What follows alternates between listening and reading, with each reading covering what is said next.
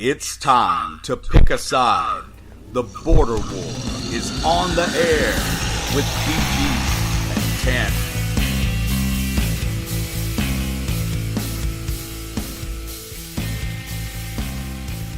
10. All right, welcome into our number 2 of the border war for January 31st. I'm BG. I'm here with TanMan. TanMan, say hello. Hi. I said say hello. Man, it's like the Seinfeld. It was like, give you $20 if you can say hello, and you get a hi and a hey and a hey, what's up? If you would like to follow us on Twitter, you can do that at the Border War. You can follow me at BG_Border War. And if for any strange reason you'd also like to follow TanMan, why wouldn't you want to follow? See him criticize, I'm a wonderful follow. To see him criticize every realistic North Carolina basketball fan out there who thinks their season is over. You can tweet him at TanMan. That's at 3264. That's on Twitter. You can email us at carolinaborderwar@gmail.com or like and download us on the Spreaker app. Also favorite us. You just think I'm doing a great job with I do. I think you're doing a fantastic job. I wanted to show our appreciation. TanMan, if you favorite Spreaker on the app, I think it just shows up on your phone when we have new shows. I think so. That's the good way to do that. We don't do that because we always know when we have a new show because we're the ones that did the show. Sometimes we're not real sure. Sometimes we do the show 3-4 times before it even works. Or you can like and share us also on Facebook. All right. In hour number 1, if you didn't listen to that, head back, find it. We upload these in order, and I think what I've heard at TanMan is that sometimes the episode 2 is on top of episode 1, and sometimes they don't play. Look, reverse the order, and it's fine. It's all good. But if you haven't heard episode 1 yet, we cover all your NFL, Super Bowl, Cowboys, Redskins, all that stuff in hour number 1. So go back and listen to that. Hour number 2, we're also going to talk a little bit of pro football of a different type. Vince McMahon this week announced that the XFL is coming back with some very different twists on it. But before we get into that and our picks list at the end of the show, we will want to start with basketball. Now, TanMan, I know this is a painful topic for you right now, but we're going to start in the NBA to ease you into it. So it's like I'm on death row, and I know it's coming. I just have to sit here and watch the clock. Right? Yeah.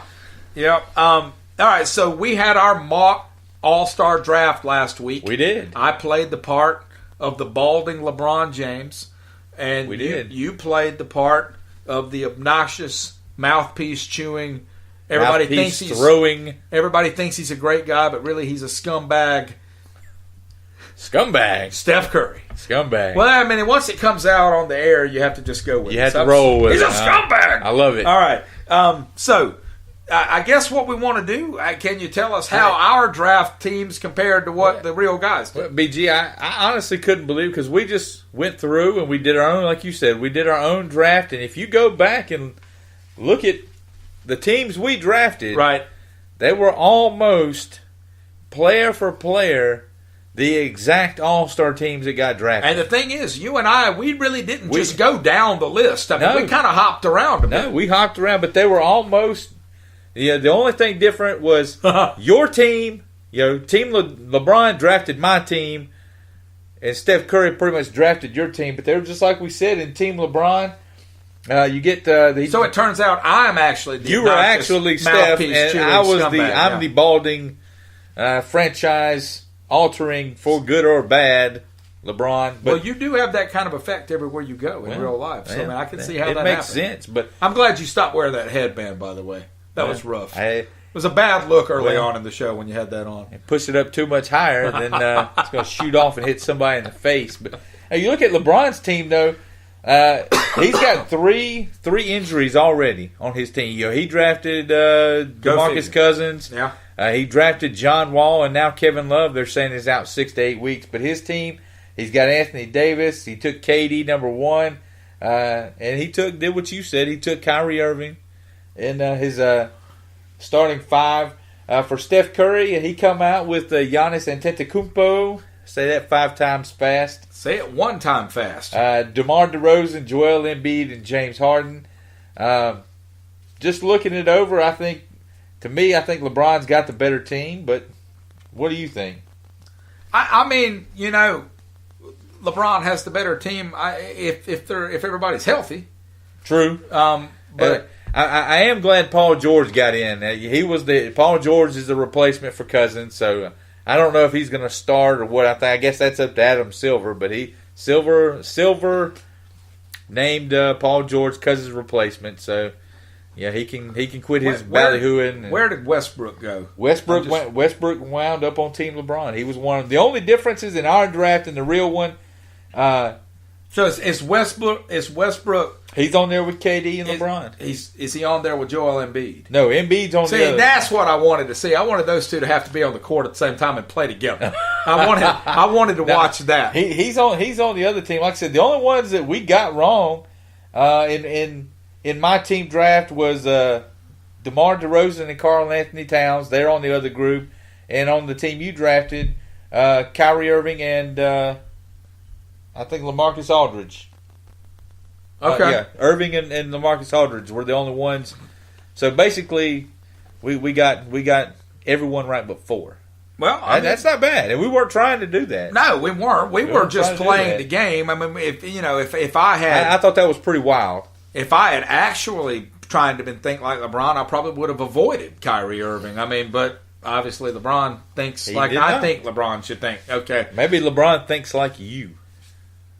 Oh. Or you think like LeBron? I'm older than LeBron. That's what he thinks like me. I'm older than LeBron. Maybe. James. Are you? Yes, I am. I am. Now that you mention it, I am in my. Now that you mention it, you probably. One guy who's not an all-star, who is become accustomed to being one, Blake Griffin. Big trade this week.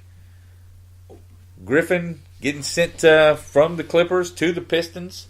This is not one I saw coming, BG. No.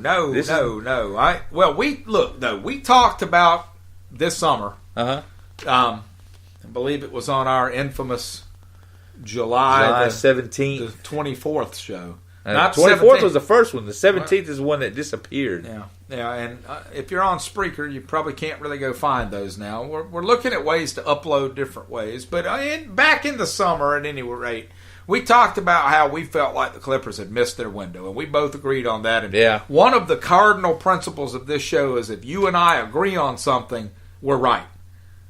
I mean, if both of us think the same way, as different as we think about lots of different things, if both of us think something, then we're probably right. Either that or we're almost way 100% wrong. Yeah, the curse of the border war living on. But I do think that was spot on, and I don't even think that's really that controversial of a statement to think that the Clippers had those chances back in the day before Golden State locked this thing down.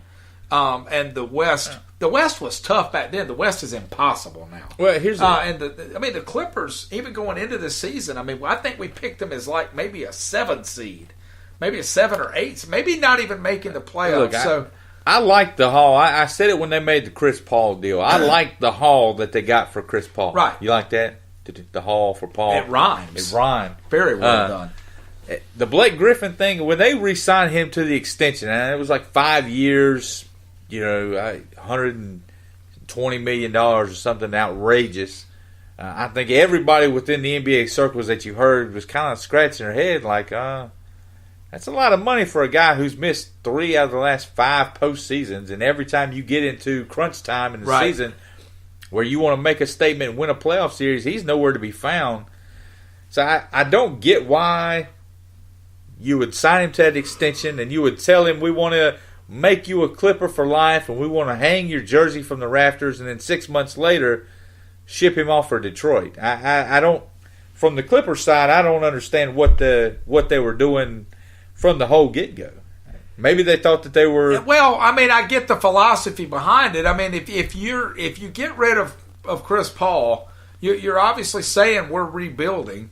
So why?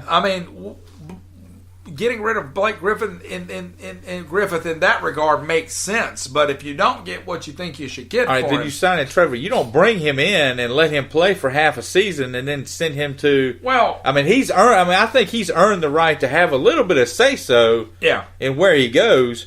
And to me, they kind of did Blake dirty in all this. Because Detroit, when he was a free agent, Detroit is not one of the places that he was taking meetings to. He was not interested in going to Detroit. You sign him, and this wasn't a sign and trade deal. I mean, this was a sign. We're going to keep you here. You're going to be Mr. Clipper when it's all over with. And like I said, 6 months later, he's out the door. Does any of this go back to the locker room fight? I mean, did Griffith sort of sign his exit slip when he had those problems off the court? That's the first thing I thought of when I heard that this had happened. I think that's part of it. Because I think you're right. I think he was on his way because his profile in the NBA in general has dropped off the face of the earth since that day. Yeah, I think that's part of it, but they brought in... Do you agree that 5 years ago, he was maybe the third most marketed player in the NBA? Oh, yeah. He was everywhere. Yeah, he was everywhere. And now he is nowhere now. Yeah. He goes from L.A., sunshine, 80 degrees. This is off topic completely, but I keep looking at it and I can't ignore it. We've got ESPN on in background here. Just real quick, Tom Brady's doing his press conference right now for the Super Bowl, and he's dressed like a homeless man. He's got on a hoodie and a stocking cap. He looks like he weighs 106 pounds. That's what old men look like. And I'm just saying, like, there's nothing about that guy that looks like the greatest quarterback in the history of NFL, but he's still going to go out there and that's what old men look like. Stick somebody on that hoodie and stocking cap probably costs more than we make it. Does, but he looks rough. Yeah. I mean, I'm a better looking man than Tom Brady. All right, move on. Back to basketball. I mean, you just sidetracked the whole show with that one.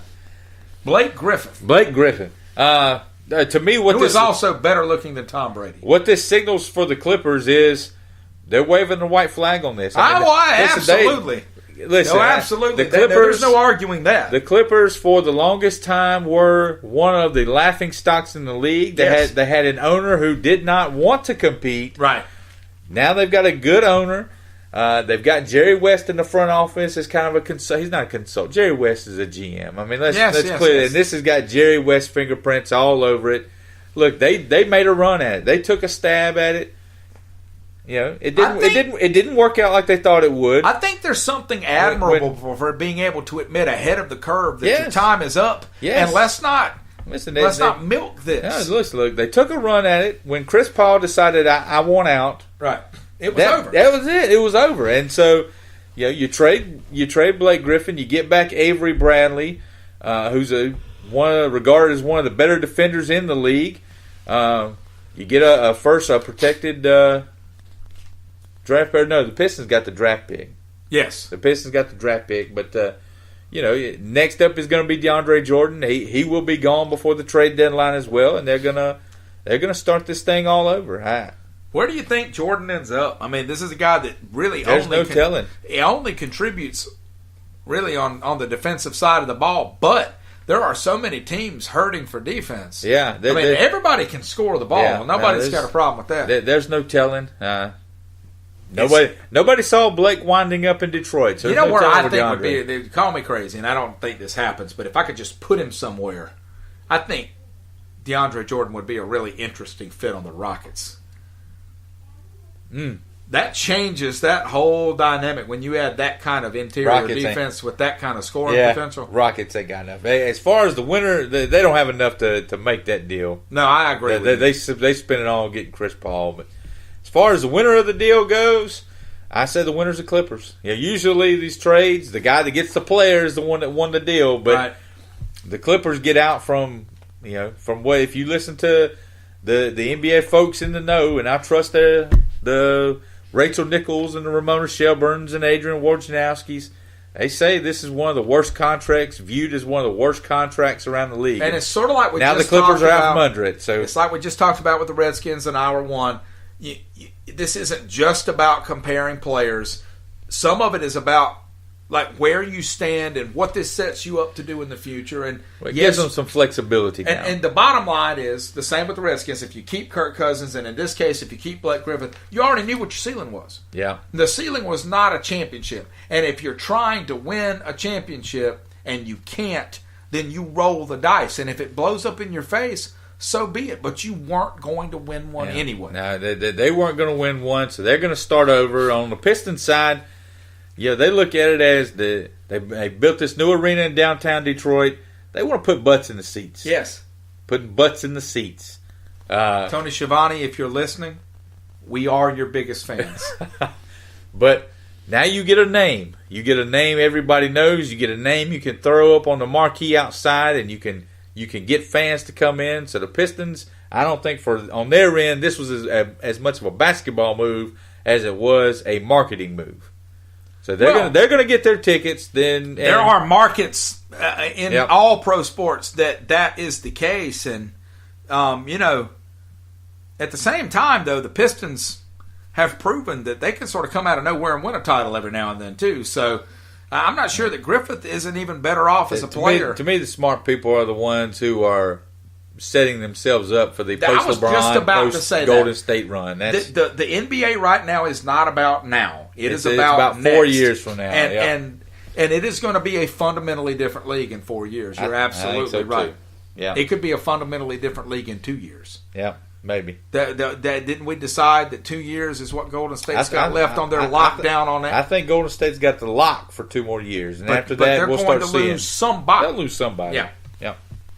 All right. Well, I mean, that's to me, that's what makes the NBA compelling. Is that we see these guys' faces, right? There's only 5 of them on the court. We get to know them. The NBA does a great job marketing their players, maybe better than anybody other than professional wrestling. Going back to Tony Schiavone, I mean, but despite the fact that neither one may be real, we're not sure if the NBA is real or not. But I know Tony Schiavone is real. Tony Schiavone is definitely real. All right, it's time. It's not time to pick a side, but it is time. I can't help it, man. It's there. So your Tar Heels lose last night, their third game in a row. They did. To the worst possible team they could have lost to. I am more unhappy with your team than you are. I don't think that's possible. Well, it is true. I don't think that's possible. It is true. And the 3 Clemson basketball fans who aren't even really basketball fans, of course, came out of the woodwork last night, and they're all over the place. Look, my take on it is... I go to their Facebook pages. Half the stuff there is Duke stuff, but they're Clemson fans. Oh, yeah. No, look, the rumor I heard, and I don't know if you heard this too, there were, I feel like we have to give them one about every 8 to 10 years. You got to keep it interesting. Well, the rumor I heard was that the ACC was in serious talks with swapping out Clemson and bringing in Wofford to upgrade the basketball profile. Okay. And apparently it got out, and we wouldn't be. We didn't want any more. We didn't want any part of Wofford, so we had to go ahead and. I was about to say, would that be a downgrade for you guys because you can't beat them? Well, that's what I'm saying. We didn't want any more. We didn't want any more of the Terriers. So you had to let Clemson have one to keep them in the league. So they could stay in the ACC. We didn't want to be swapping folks out. Well, I mean, and the thing about Clemson that's really sad is that basketball really is their best sport. They don't really contribute anything to the ACC in any other sports. No. So to have lost them in basketball, that would have been a bang. It would have killed university athletics at Clemson. Well, it may have killed the ACC. I don't know. I don't know what the ACC's profile looks like without Clemson basketball. I agree, and I think one thing we can agree on is that without Clemson basketball, I don't think there would be any Clemson sports fans. Maybe not. I mean, come football season, come baseball season, where are they? Maybe not. All they care about is basketball.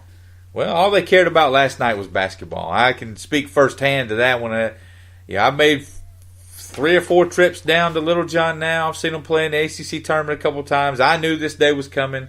Eventually, I'm sure you were a bright blue, obnoxious speck too up in there. You were counting on a win up there, weren't you? Well, I always count on a win, but I knew this day was coming that I would go and watch a North Carolina Clemson basketball game where we would lose. I would just cross my fingers that it wouldn't be in Chapel Hill. I hope that streak continues on well into my old age years. But, which isn't as far off as you might think, big guy. I've got a while. It's getting there. I'm only 18. You have passed me in age already.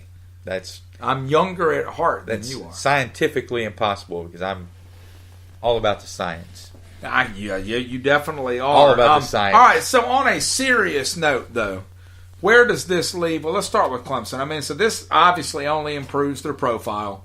Yeah, they've got some nice wins now. They're going to probably be ranked, I'd say, about 15th. Yeah, they're going to go back up. Listen, this basically puts Clemson in the NCAA tournament. I don't see any other way around it. Tournament team. I don't see any other thought about that. As far as North Carolina goes, we're starting to trend on the downward side. We're treading dangerous waters here. North Carolina, South Carolina postgame matchup not out of the question right now. Not out of the. I told you earlier, we're a bad week and a half away from, staring down the barrel of a possible NIT berth. Because if we keep playing like we're playing, and we're not laughing because this has happened before. Yes, we're sitting right now at 5-5 in the conference. We've got 2 games with Duke. We've got a trip to Louisville.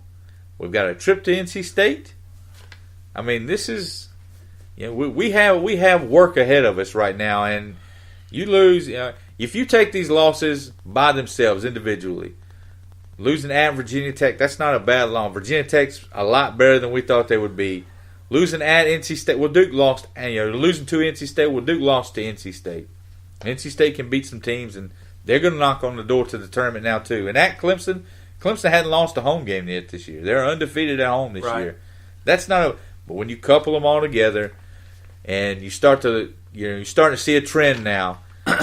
We can't, we're having trouble defending the 3-point line, and now all of a sudden, 2 minutes into that game last night, Pinson, dirty play. I don't know, flip a coin and see where it lands. But he goes out, he hits the ground hard. It's a little push in the back, so he's out. He plays about 2 minutes, and he's done for us. So our best defender already didn't play. Luke May was taken out of his game early, so I think he had about 4 points. So it's basically the Joe Barry and Cam Johnson show. Right. The team that we were at the beginning of the year, maybe it's my heart speaking, I think that team is still out there somewhere. Right now, I don't know where they are, but the team is still there somewhere. You've told me that you bring up offense, but you've pointed out to me over and over off the air that you think the real problem with this team is the exterior defense. It's defense. We come out in the second half last night and down 16. We brought it all the way back, tied the game with 2 minutes to go, and it was on the defensive end. We balled in, we dug in on the defensive end. If we do that from the beginning, we're not in that mess. We're not digging out of that hole on the road. But it's hard to do without Theo Pinson, and it's also hard to do when you only have Joe Barry's going to give you what Joe Barry's going to give you most nights, and he's going to get his. Now Cam Johnson's starting to come on, but it can't be Barry and another guy. Right. It's got to be Barry and another guy and another guy. That third guy has got to be Luke May, and if he's not going to give you anything, we're just going to struggle.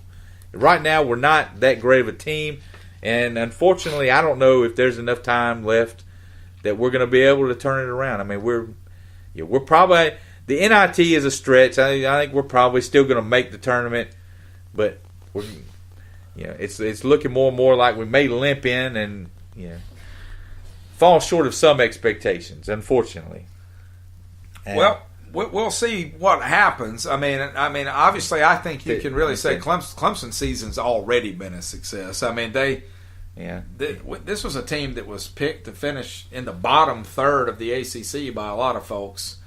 I mean, they've exceeded expectations. I'll give them that. On a campus where there's not a lot of emphasis on basketball. Yeah, so the main thing is, look, we did our part to make sure that the ACC gets more of Brad Brownell for the next few seasons. And I'm sure Clemson fans are excited. That's the way I look at it. We did our part to make sure that Brownell gets to keep a job. So, congratulations, Brad. Welcome back. Well, speaking of Brad Brownell and other extreme personalities, because he is everything a cutting-edge kind of guy, Vince McMahon. All right, so this week, Vince announced that it was time to bring back the Extreme Football League, which just fell flat on its face. What year was that? 2003? 5? I don't know. I'm thinking like 2002 or something like that. Okay. I mean, if you don't remember, the XFL sort of went right up directly against the NFL, and they were going to let players celebrate as much as possible, and this was coming off the... Basically, everything the NFL said no to, Vince was saying yes to. And it was not a family-friendly product. No. Scantily clad cheerleaders.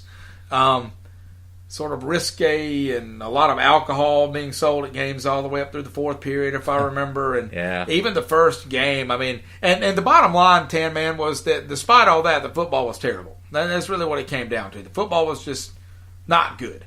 I think there was only 1 or 2 players from the XFL that went on to play in the NFL. Well, Tommy Maddox did. Now, people always want to bring up the USFL. Now, let's point out a couple things about the USFL and how it differed from the XFL. The USFL was a spring sport, okay? It did not compete directly with the NFL. And the reason it failed was, and some people blame Donald Trump for this, but I think it was probably Donald Trump and a lot of other people got greedy and decided they wanted to take the league and go head-to-head in the fall. And they were destroyed. Yeah, which is not what you want to do. The league was actually doing really well after 2 years. People wanted spring football. And I told you, as soon as I heard this XFL announcement, give me some credit, man. I said, this thing's going to go completely the other way from the way he did it last time. I said, I bet you the first thing they announce is that every player will stand for the national anthem. And that is exactly what happened. Yeah, oh no, every player will be standing for the anthem in this. As far as it coming back, I give it a thumbs up. I'm ready for it, man. You know, what's my rule about 8 teams in the more football, man? Yes, give me more football. I think Vince is doing a smart thing here. If you go and watch that 30 for 30, which is we keep talking about these things, but most of them are fantastic. And this is another one. Vince didn't want to shut down the XFL the first go round. His TV partner NBC come back and said, we're out. We're pulling out. I mean, if you don't have any TV money coming in, you don't have a league. So he was basically forced to shut the thing down. But now he's coming out, and they say we're not going to start until the spring of 2020. So that gives him 2 years. Gives him a 2-year jump to make sure that all the little things get taken care of. That it's packaged right, it's marketed right. I think if you just play football, we all know that. Spring football it's not going to be the NFL. You're not going to get the Tom Brady's or the Aaron Rodgers and that kind of stuff.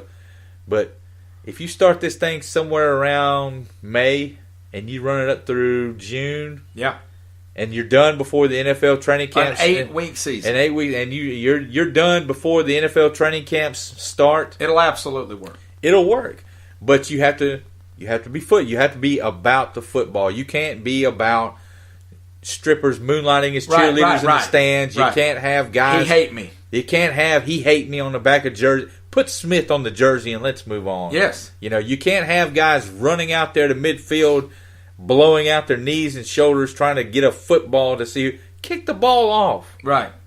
Kick it off or just put it at the 25 or 30-yard line. Just play. Play the same game because the game is not the issue with the NFL. No, it's all the extra stuff. So I think it could absolutely work if they follow a certain. Have you heard if they're using the same teams? Are they? I know that they said they don't have. They haven't named cities or teams or anything yet. Now I imagine they'll stay out of Las Vegas now. With the Raiders going, but can I just give you 2 words and you give me a genuine reaction to this because I think I'm on to something here. And you tell me if this doesn't just scream success and this is the perfect situation. Man. Steven Garcia. Oh yeah, that's an XFL quarterback. Yes, guys like him have to want in on this. Have to. I saw Jared Lorenzen was petitioning to get in. He's like 800 I'm not pounds as now. Excited about watching Jared Lorenzen still try to play quarterback. Oh yeah, RG3 all day long. Colin Kaepernick?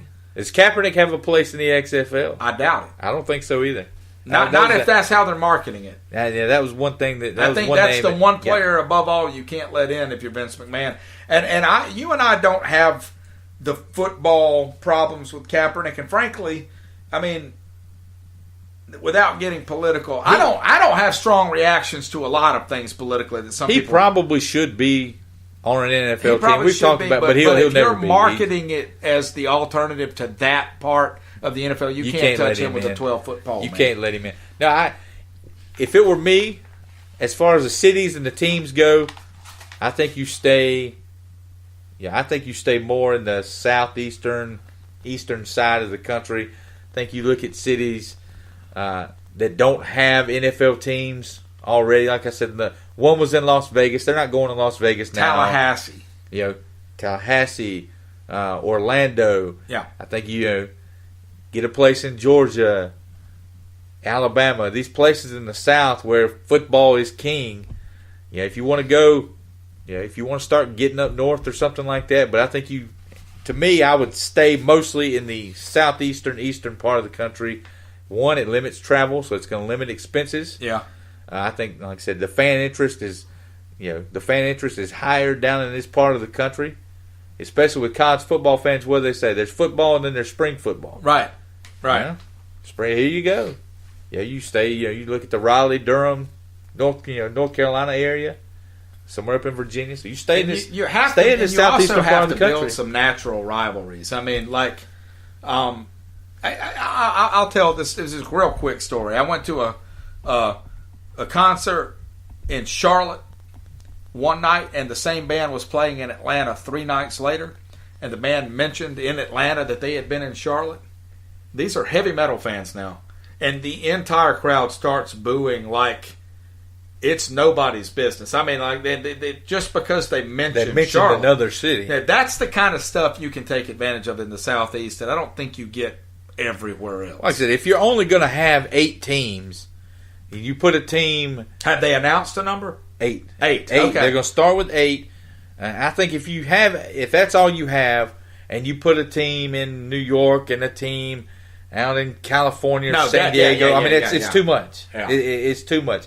Maybe you at some point. I think maybe you could have 4 in the Southeast and 4 in the Northeast. Maybe kind of do a North versus South sort of thing. And maybe, if you start off slow, you take it, little by little. Maybe you can grow this thing kind of like the NBA has grown the G League, where it started off, with a small number of teams, and is going to wind up getting to a point where there's a team for every NBA team. Right. Sure. So maybe, at some point the XFL can get the thing up to 12 or 16 teams. I don't think that you need to go any higher than. Certainly don't need to go any higher than that, but I think somewhere around 10 to 12 at the end of the day is probably the right number. The thing has been on sports message boards all week that I've read is why you can't go up against the NFL. You can't beat the NFL. The NFL's fallen off some, but it's still they don't have to beat the NFL, TanMan. They just have to be financially soluble in the spring. Look, you're not going to beat the NFL, but if you want to promote yourself as an alternative to the NFL, you've got to do different things. One big thing that I think that they should do is letting in guys after a year in school. Once you've gone to school, if you want to come out and get paid and play professional football, you don't want to pretend to be a student. That's fine. Let them come play for that year or two, and then go to the NFL. People seem to have it in their heads somehow that this NFL rule is some kind of a law. It's just an NFL rule. Yeah, you could go home. I'm telling you what, you quit school, just go home. I will be absolutely shocked if Vince McMahon doesn't push for that. And if I were him, I think you've got to. If I were him, I would push for skipping college completely. No, I would. I disagree with you on that. It sounds good on paper. Yeah, just come on and play. You don't have to go to college. But realistically, how many kids come out of high school physically ready? Well, look, you're still going to have tryouts, man. You're only talking about 8 teams. Okay, but once you've done that, you're kind of bypassing the ability to go play college. I don't think that it's worth it to make that rule for the one kid every 5 years who may be able to take advantage of it. I think you set it at a year, you let the kid go to school and get in a workout program, get bigger, because there's not 15 Jadeveon Clowneys walking around college, high school. Either way, though, we agree that we're going to be kind of surprised if we don't see them take them after 1. But I think 1's the number, and that give these guys gives you a puncher's chance right there. Yep. Absolutely. Yep. Well, speaking of puncher's chances, we talked about the NFL. The football picks list is pretty much a wrap.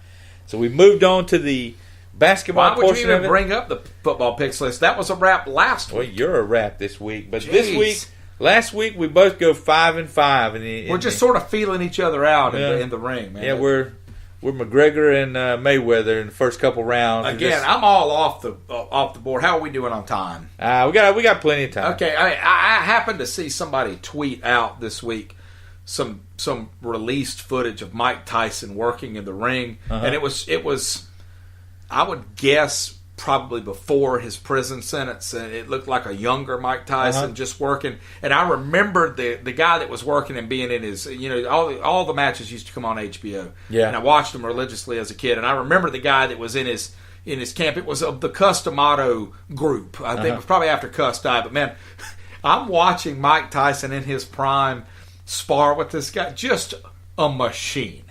I mean, just the speed and wow, what a fighter. Right? I don't know where that came from. I just happened to watch it like yesterday night. So I was going to say, what does that have to do with the basketball picks? Nothing. But we saw it and wanted to share it with Buster Douglas. Share it with our listeners. Buster Douglas had a puncher's chance, and you brought that up. Oh. He knocked out Mike Tyson. I'm Mike Tyson in this regard, being the football and basketball expert. And your football win in the fall just proves that anybody has a chance. Now, look, I think we've established now that for the most part, your picks are. So we're going to move on to the basketball. Mike Tyson was a great fighter. And Secretariat was a hell of a horse. What's your point? I love horse racing. I feel like we should do more of that. And curling. We're not doing curling. I think the market on curling has already been cornered.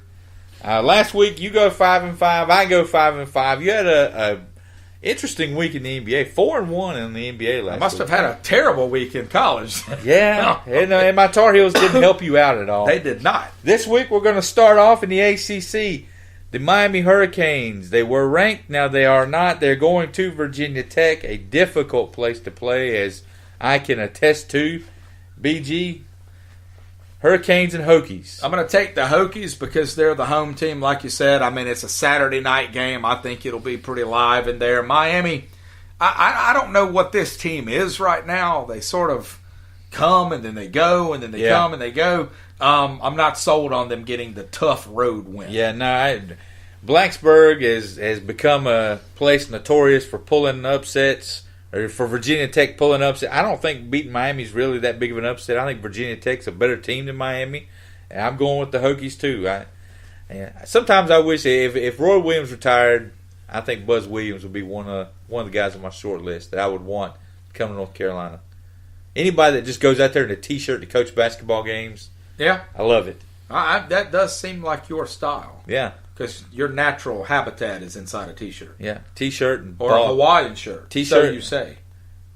Next week I will wear a Hawaiian shirt. We will do the show? For the show. We will do a Facebook Live so that everyone can see my Hawaiian shirt. Can we have margaritas? If you know how to make them, I don't know how to make a margarita. I think it's just lemonade, isn't it? I don't know. I've never had one. You just put lemonade in a margarita glass? I've never had one. Okay. I don't drink. Cheerwine and sweet tea. You don't ever get thirsty? No. Okay. Never. I've never had a drink of anything. What's the next game, man? What's the next game? Gamecocks at Texas A&M. This one gonna be a tough one. A&M started off slow in the conference season. They've gotten a few wins now under their belt. Maybe they're starting to turn the corner and salvage a little bit of what we thought was going to be a big season from the Aggies. On the road, I'm going Texas A&M. I don't have enough faith to take your Gamecocks, man. I don't either, but I'm going to take South Carolina. Let me tell you why. This is exactly the kind of win that Frank Martin usually pulls out. Yeah. Okay? Correct me if I'm wrong. 2 seasons ago, we go out to A&M in a game where we should have been blown out and won.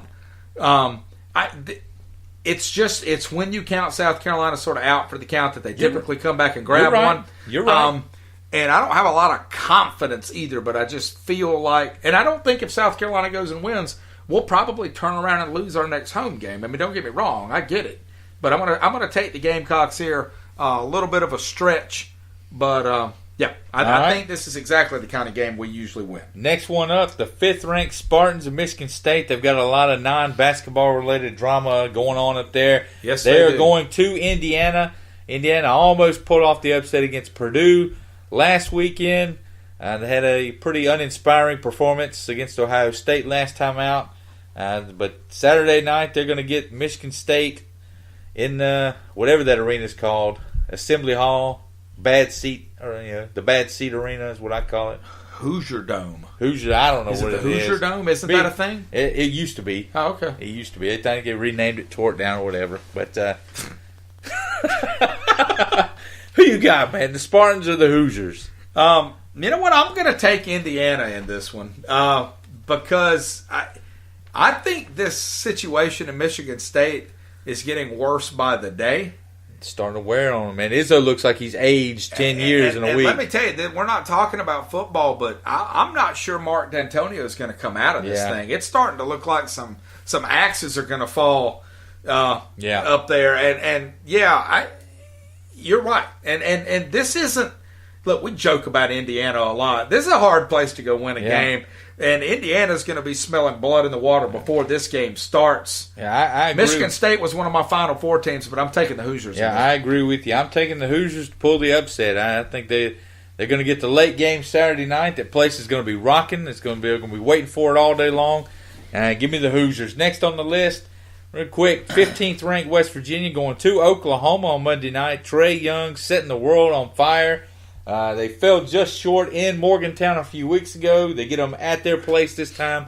Give me Oklahoma. Give me Trae Young to beat that full court press because that's really, he's a guy that will do that. I don't think this game's super close. Yeah. I think it's about a 12-point win. All right, next up, 18th ranked Tennessee going to Kentucky.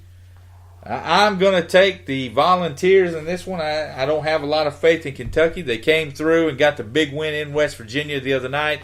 I think a lot of that was more on West Virginia than it was actually Kentucky. They almost lost at Vanderbilt last night before they pulled it out. Give me the Volunteers. I think they're a tough team. I think Tennessee's a better basketball team. Forget where it's being played. Yeah. In the NBA action, Thursday night, the Grizzlies going to Detroit. I believe this is probably going to be Blake Griffin's first appearance as a Piston, BG. They get the Grizzlies. Who you got? I'm going to take the Pistons in this one. I think that livens it up a little bit, and Memphis is not really good. I agree with you. I'm going to take the Pistons as well. I think it's going to be electric getting Blake Griffin finally in uniform up there. Also, Thursday night, the Raptors going to Washington to take on the John Wall-less Wizards. Look at the numbers, guys. When John Wall doesn't play, the Washington Wizards usually don't win. The Raptors are a great basketball team. I'm taking Toronto in this one. The Raptors are a genuine threat. If the Raptors